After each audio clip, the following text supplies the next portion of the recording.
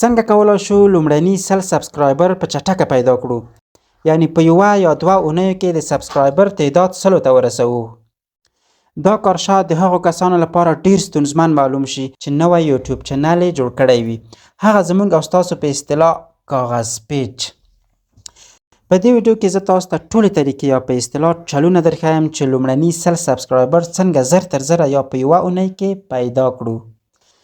هیله ده ویډیو تر پایه وګورئ. السلام علیکم، زه فضل باری ریان یم او دا د فضل باری ریان یوټیوب چینل دی. که چا تر اوسه زما یوټیوب چینل نوی سبسکرایب کړی نو هیله کوم در سره سبسکرایب یې کړئ ترڅو زما نورې ګټورې ویډیوګانې له لاسه ور نه کړئ. ښه دوستانو، اوس راځو دې ته چې څنګه په کمه موده کې لومړني 100 سبسکرایبر په یوه اونۍ کې پیدا کړو.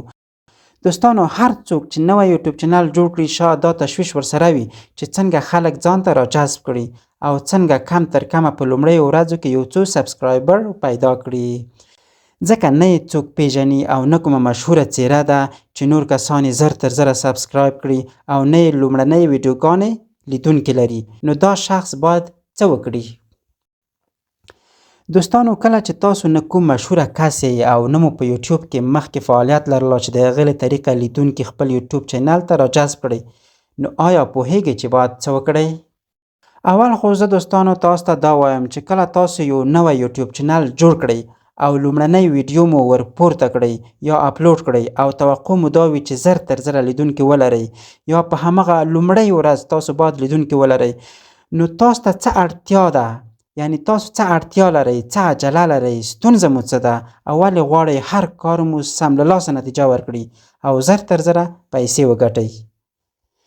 سمه ده، زه دې مطلب ته راځم چې په لومړیو ورځو کې یا هم په یوه اونۍ کې 100 سبسکرایبر څنګه پیدا کیږي. دې خبرې نه زه نه تېرېږم او دا چل به حتما تاسو ته درښیم، خو د ټولو نه اړینه دا ده او ښه خبر هم همدا ده چې هیڅکله عجله مه کوئ. تاسو که یو مشهوره کس نه یاست بیا به هم خپلې هیلې ته ورسیږئ، هم به مو سبسکرایبر پیدا کړي وي او هم به مو لیدونکي زیات وي. تاسو پوهیږئ ولې؟ ځکه که تاسو یو سبسکرایبر هم ونه لرئ او لومړنۍ ویډیو مو یوټیوب ته ورپورته کړئ، شاید 2-3 ورځې هم ویوز ونه لرئ. د ویوز نه مطلب لیدونکي دي، یعنی یو کس به هم ستا ویډیو ونه ګوري. نو باید څه وکړئ؟ آیا بله ویډیو هم ورپورته کړئ که انتظار شئ چې سبسکرایبر پیدا کړئ؟ نه دوستانو، تاسو مو خپلو ویډیو جوړولو ته دوام ورکړئ او په ورځ کې یوه ورځ وروسته او یا هم په اونۍ کې 2-3 ویډیوګانې اپلوډ کوئ. ګرانو دوستانو، دا خبر مې د هغه کس لپاره دی چې تلوار نه کوي، یعنی عجله نه لري، او هغه کسان چې عجله لري هغه ته به هم یو څو چلونه یا طریقې ور وښیم چې په لومړۍ ورځ هم لیدونکي ولري او هم سبسکرایبر. ښه، کله چې تاسو په لومړیو ورځو کې ویډیوګانې پورته کوئ یا په ورځ کې یوه ویډیو او یا هم په اونۍ کې 2 یا 3 ویډیوګانې پورته کوئ او سبسکرایبر او لیدونکي هم نه لرئ، هیڅ تشویش مه کوئ. دا یو عادي حالت دی. ستاسو د چینل شاته یو څه شته چې بالاخره تاسو به حمایت کوي او ستاسو ویډیوګانو به خلکو ته خپله ورمخته کوي یا سجست کوي. سجست مطلب پیشنهاد کوي. پوهیږئ هغه څوک دی او یا هغه څه شی دی؟ هغه د یوټیوب الګوریتم دی. د یوټیوب الګوریتم اول ستا جذبې ته ګوري چې ته په رښتیا هم په مسلسل ډول یا په همغه ثابت وخت ویډیو پورته کوي او که نه. مثلا ته په اونۍ کې 3 ویډیو پورته کوي یا اپلوډ کوي، نو الګوریتم اول تا څیړي چې ته رښتیا هم دې ته ژمن یې چې په اوله اونۍ کې هم 3 ویډیوګانې پورته کړې، که هسې دې یوازې په لومړۍ کې ویډیوګانې اپلوډ کړې او نور یې نه اپلوډ کوي، یعنی نور قصد نه لري چې ویډیوګانې اپلوډ کړي یا په مسلسل ډول، یا ته څه نه لري، هسې دې توکلي یو څه ویډیوګانې ورپورته کړي دي. ما مخکې هم تاسو ته ویلي وو چې یوټیوب جدي کس غواړي چې پوه شي چې ته جدي او تصمیم لري چې په ټاکلي وخت ویډیوګانې پورته کوي او خپلو ویډیوګانو ته دوام ورکوي، نو الګوریتم لومړی ستا جذبې او شوق ته ګوري. دویم، الګوریتم ستا ویډیو کیفیت هم ګوري چې په هغه کې عنوان یا ټایټل او ډسکریپشن او ښکلی تامنیل شامل دی. نو کله چې ته یوټیوب ته ژمن وي یا جدي کس وي او خپلې ویډیوګانې په متواتر شکل یوټیوب ته په ښه کیفیت پورته کوي، نو د یوټیوب الګوریتم په اتومات شکل ستا ویډیوګانې خلکو ته سجست کوي یا پیشنهاد کوي.